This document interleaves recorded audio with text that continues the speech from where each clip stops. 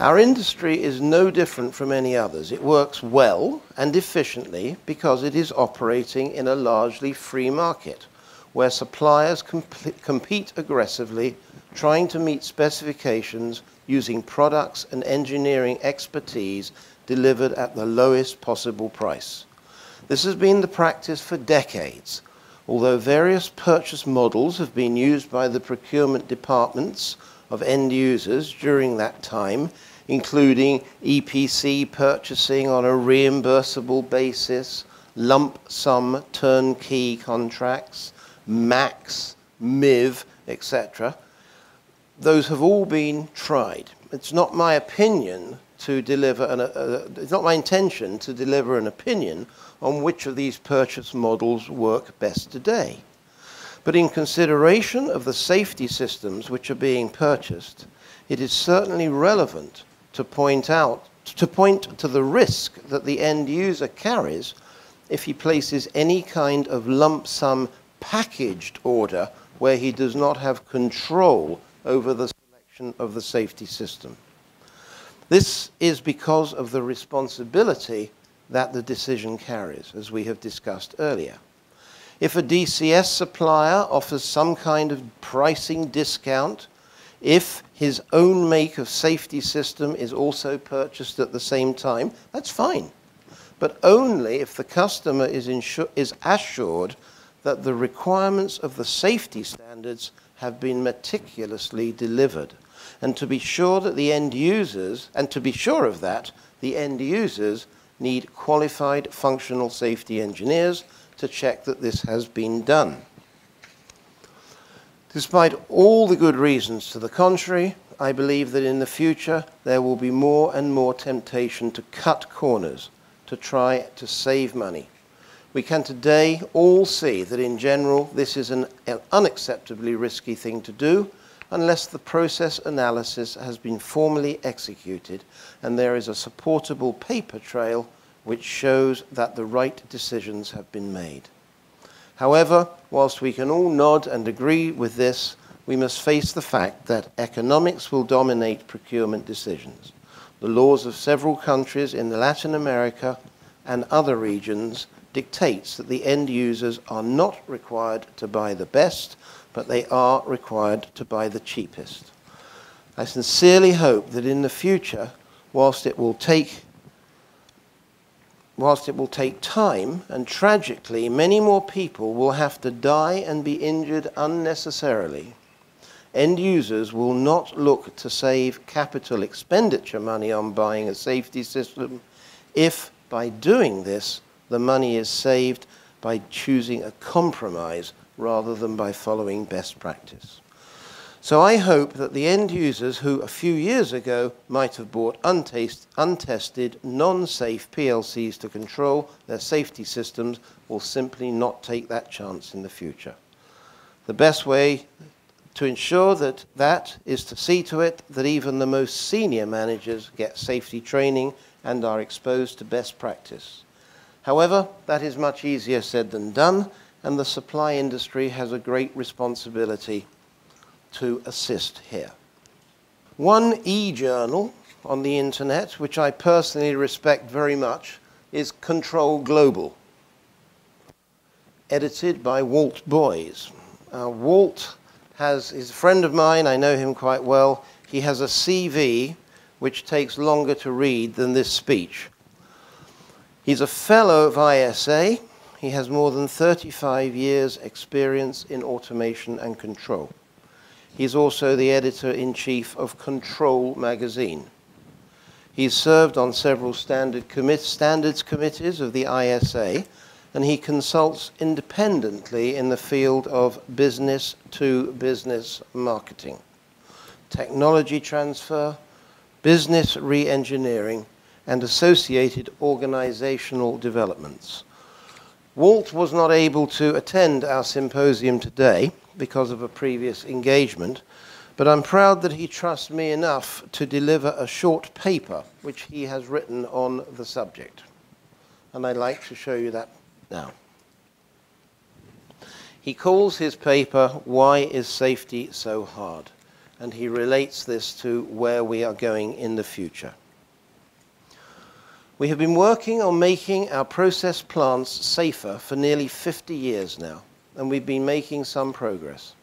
But as we have seen with the incidents at BP in Texas City and others since, we are far from making our plants as safe as they can be and as safe as they should be. And over the last year, we have had more incidents, including at a Bayer facility at West Virginia that is a mirror plant to the former Union Carbide plant in Bhopal, India. Many dedicated professionals have spent years working on standards and implementations to make our plants safer. But there are a large number of issues, vectors really, that determine whether we have a safer plant or not. And when you include the threat of cyber attack or cyber accident, the issue is even more complex. There is a highly complex interaction between a large number of those vectors.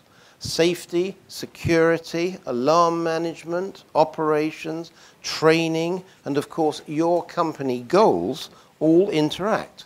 And like any complex system, simply changing one vector makes more changes that can often be visualized or calculated in advance.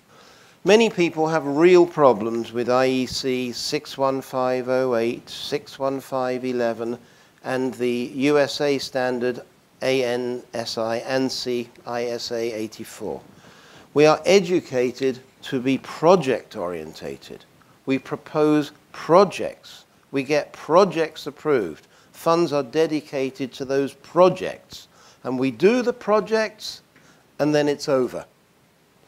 And so with process safety projects, process optimization projects, and alarm management projects, we have first success and then gradual decay after the project people turn the project over to the operations staff. But safety, alarm management, security, and operator training are not amenable to project-orientated engineering thinking. They are inherently processes, and they are best managed as continuous processes.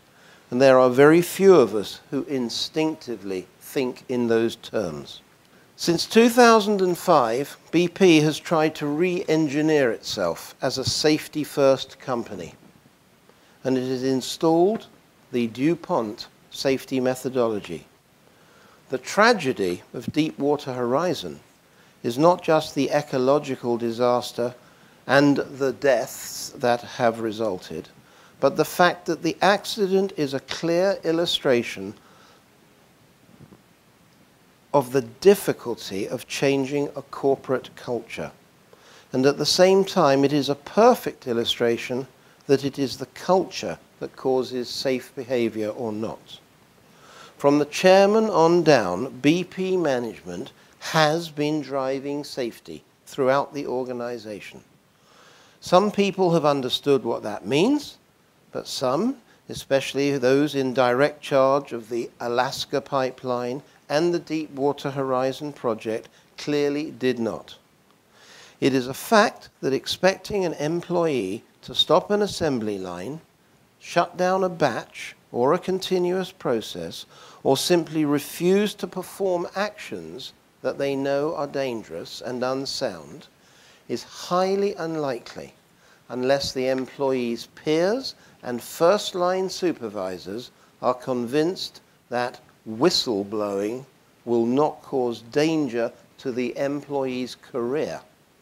It is also a fact that if you incentivize people to strive to reach a goal, they will do anything they think they can get away with to achieve that goal. Those are the cultural conditions that have led to both recent BP accidents.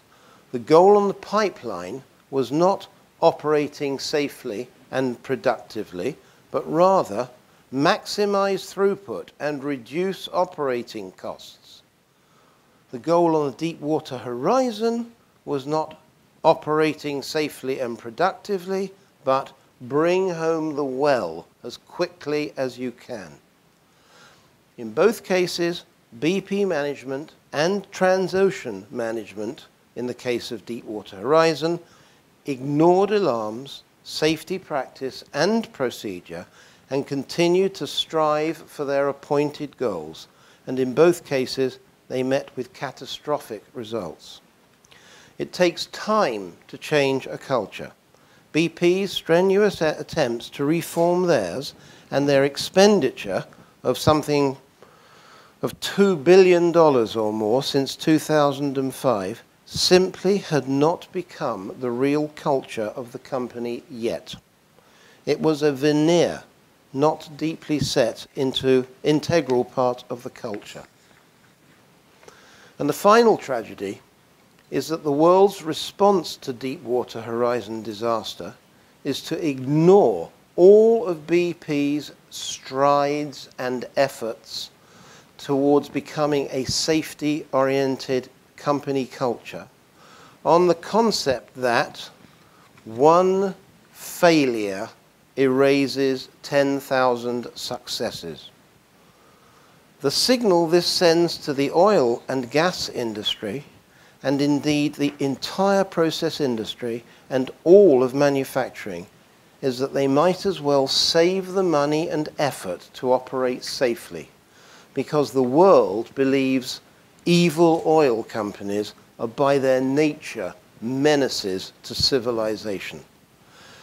And even after the accident, BP management is struggling to do the right thing, while politicians and the media are slanting their efforts as too little, too late, and they won't keep this up, even though by early June 2010, BP has spent nearly $1.5 billion in cash to stop the leak and remediate the oil spill. Operating safely is not only a problem for company cultures, but the public image of process companies as grasping, evil, and dangerous must also change.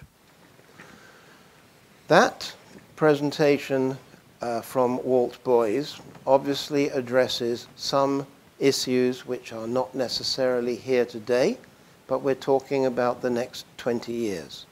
I think that will come here, those issues of management and the way that management operate will come in the future. And I felt it was valuable to present that to you, even though it wasn't totally where we are today. That's going to be one of the problems today. We're talking about the time ahead, which none of us can predict. But nevertheless, I hope you found that an interesting presentation. I think Walt's and his Control Global presentations are very, very well worth reading.